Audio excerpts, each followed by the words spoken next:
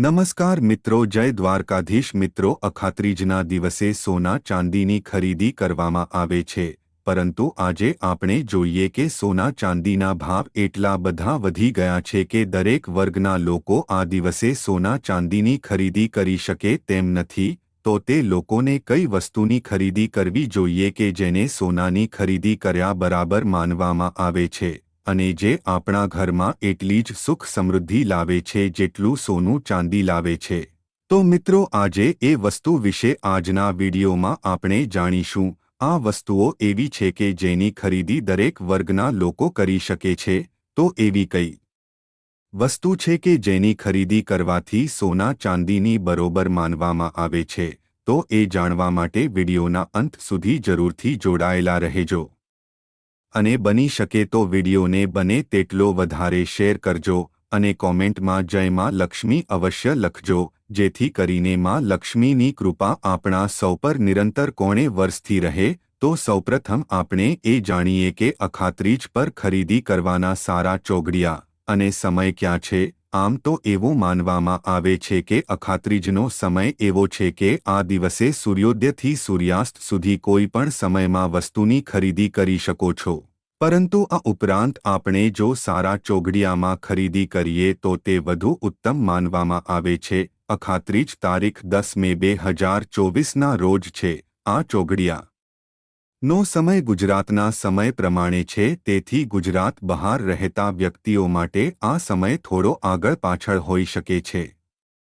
સવારે 6:13 થી લઈને 11:08 સુધી સારા ચોઘડિયા રહેવાના છે, જેમાં ચલ લાભ અને અમૃત છે, અને ત્યાર પછી 12:45 થી લઈને 2:25 સુધી ફરી શુભ ચોઘડિયું છે, અને ત્યાર પછી 2:25 થી લઈને 5:41 સુધી અશુભ ચોઘડિયા રહેવાના છે।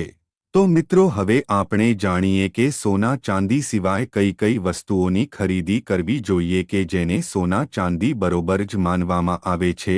તેમાં સૌપ્રથમ માનવામાં આવે છે કોડી। ધાર્મિક શાસ્ત્રો અનુસાર અખાત્રીજના દિવસે કોડી ખરીદવી ખૂબ જ શુભ માનવામાં આવે છે, કારણ કે કોડી એ લક્ષ્મીજીનું પ્રતીક છે અને લક્ષ્મીજીને અર્પણ કરવાની એક વસ્તુ છે, અને માં લક્ષ્મીને તે અતિ પ્રિય છે।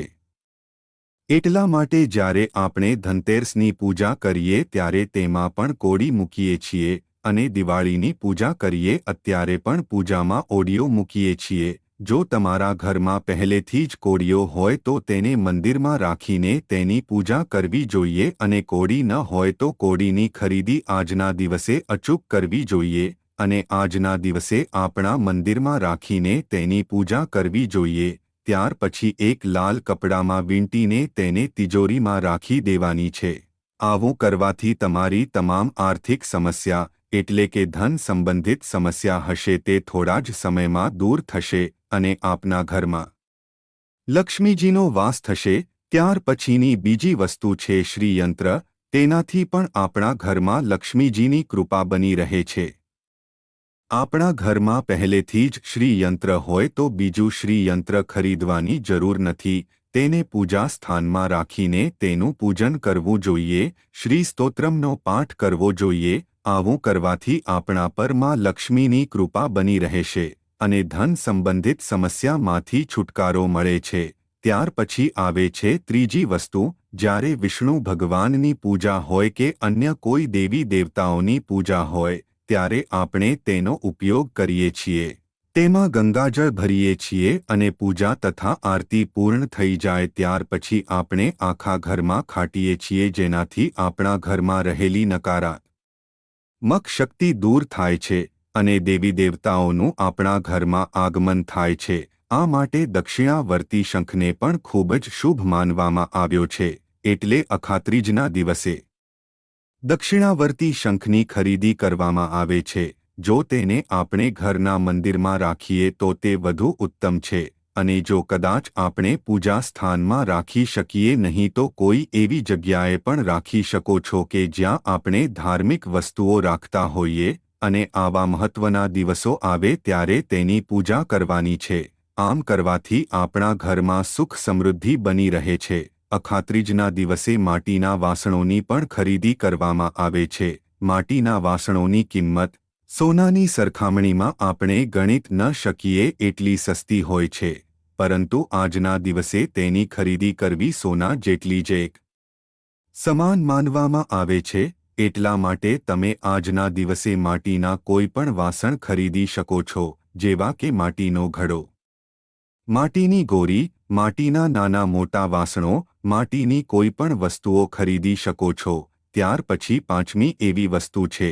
આ વસ્તુ વિશે એવી માન્યતા છે કે અખાત્રીજના દિવસે જો આપણે સોનું ખરીદી ન શકીએ, ઉપર જણાવેલી વસ્તુઓ ન ખરીદી શકીએ, અથવા તો તે વસ્તુઓ પહેલેથી જ આપણા ઘરમાં હોય, તો આજના દિવસે જવની ખરીદી કરવામાં આવે છે.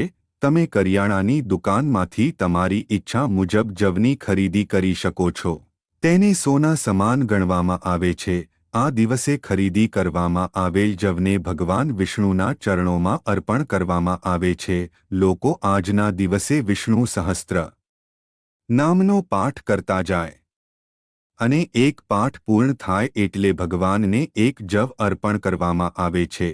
અને એટલો સમય ન હોય તો વિષ્ણુ ભગવાનના 108 નામનો પાઠ પણ આ રીતે કરવામાં આવે છે. અને આ રીતે 108 જવ ભગવાનને અર્પણ કરવામાં આવે છે. પૂજા પૂર્ણ થઈ ગયા પછી તે જવ એટલા બધા પવિત્ર બની ગયા હોય છે કે તેને લાલ કપડામાં વીંટીને આપણી તિજોરીમાં રાખવાથી હંમેશને માટે આપણા ઘરમાં લક્ષ્મીજીનો વાસ રહે છે. ત્યાર પછી જ્યારે પણ આપણે લક્ષ્મી પૂજન કરીએ છીએ કે પછી વિષ્ણુ ભગવાનની પૂજા કરીએ છીએ, આ ઉપરાંત આજના દિવસે તમે સાવરણીની પણ ખરીદી કરી શકો છો.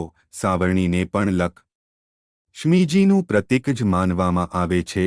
સાવરણી માતા લક્ષ્મીનું પ્રત્યેક હોવાથી અખાત્રીજના દિવસે જો સાવરણીની ખરીદી કરવામાં આવે તો માતા લક્ષ્મીનો આપણા ઘરમાં અવશ્ય વાસ થાય છે. અને આજના દિવસથી નવી સાવરણીનો ઉપયોગ કરવો જોઈએ. ત્યાર પછી છેલ્લી વસ્તુ છે સિંધવ મીઠું અથવા તો સાદું મીઠું, જેનો ઉપયોગ આપણે રસોઈ બનાવવામાં કરતા હોઈએ છીએ. ચૈત્ર મહિનામાં મીઠું ખરીદવામાં આવતું નથી, પરંતુ જેટલું ચૈત્ર મહિનામાં મીઠું ખરીદવાનું અશુભ માનવામાં આવે છે, એટલું જ શુભ અખાત્રીજના દિવસે ખરીદી કરવાનું માનવામાં આવે છે. એટલા માટે જો આગળ જણાવેલી વસ્તુની ખરીદી કરી ન શકીએ તો માત્ર આજના દિવસે અડધો કિલો કે 1 કિલો મીઠાની ખરીદી જરૂર કરવી જોઈએ. તેનાથી આપણા ઘરની સુખ સુવિધાઓમાં વધારો થાય છે. આપણા ઘરમાં શાંતિનું વાતાવરણ બન્યું રહે છે અને તણાવ દૂર થાય છે. એટલા માટે જો આપણે બીજી કાંઈ પણ ખરીદી કરી ન શકીએ તો મીઠાની ખરીદી અવશ્ય કરવી જોઈએ. અખાત્રીજના દિવસે આ બધી વસ્તુની ખરીદી ઉપરાંત તમે કોઈ પણ પ્રકારનું શુભ કાર્ય પણ કરી શકો છો. નવા ઘરમાં પ્રવેશ કરવો, કુંભ ઘડો મૂકવાનો હોય, દીકરા દીકરીઓની સગાઈ કરવાની હોય, લગ્ન કરવાના હોય, મુંડન કરાવવાનું હોય, જનોઈ બદલવાની હોય, જમીન કે અન્ય કોઈ મિલકત લેવાની હોય, નવું ઘર લેવાનું હોય કે તેની સુથી આપવાની હોય, વાહનોની ખરીદી કરવાની હોય, તો આ તમામ કાર્યો તમે આજના દિવસે વિચાર કર્યા વગર આંખ વીંચીને કરી શકો છો. આજના દિવસે કોઈ પણ મુહૂર્ત કે ચોઘડિયા જોવાની જરૂર પડતી નથી. પરંતુ વિડીયોની શરૂઆતમાં જણાવ્યા પ્રમાણે જો તમે સારા ચોઘડિયામાં કોઈ પણ કાર્ય કરો છો તો તેને વધુ ઉત્તમ માનવામાં આવે છે. મિત્રો, મને આશા છે કે આ વિડીયો તમને જરૂર ગમ્યું હશે. જો ગમ્યો હોય તો વિડીયોને લાઇક, શેર અને નવા હોય તો ચેનલને સબસ્ક્રાઇબ કરી તમારા ભાઈને સપોર્ટ કરો. જય દ્વારકાધીશ, જય માં લક્ષ્મી.